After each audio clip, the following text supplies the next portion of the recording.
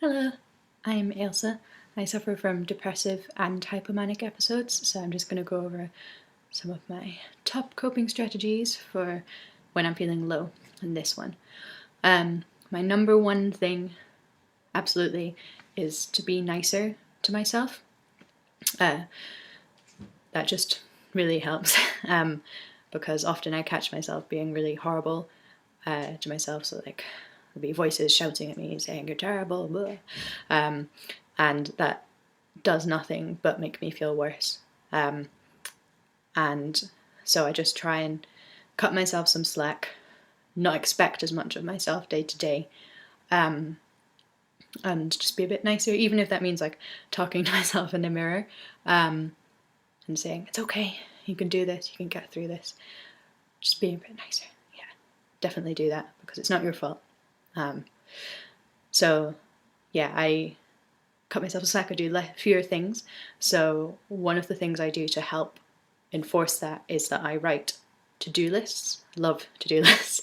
But when I'm feeling down, then I try and recognize that I am down. I'm not going to be as capable of doing as much.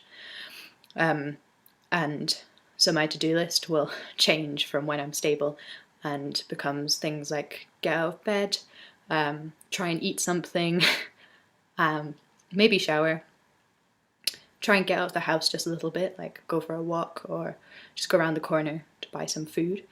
And just really manageable things like that, brush my teeth.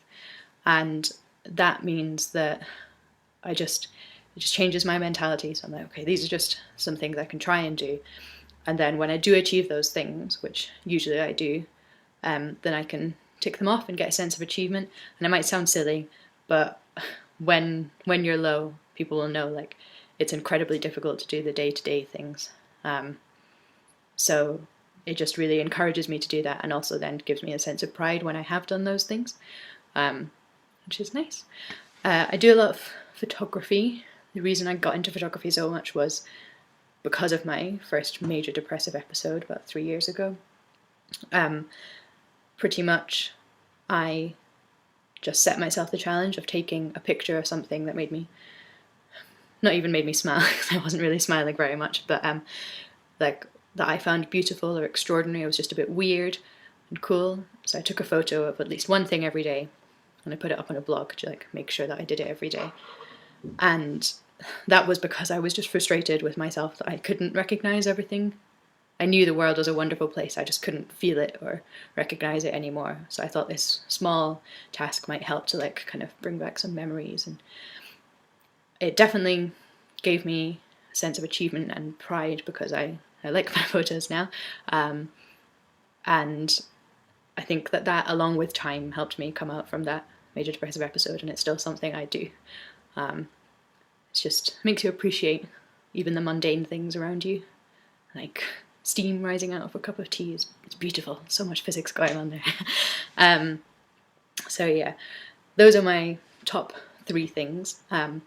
But number one, definitely number one, try and be nicer to yourself because you absolutely deserve it. And this isn't your fault. It's legitimate to feel this way.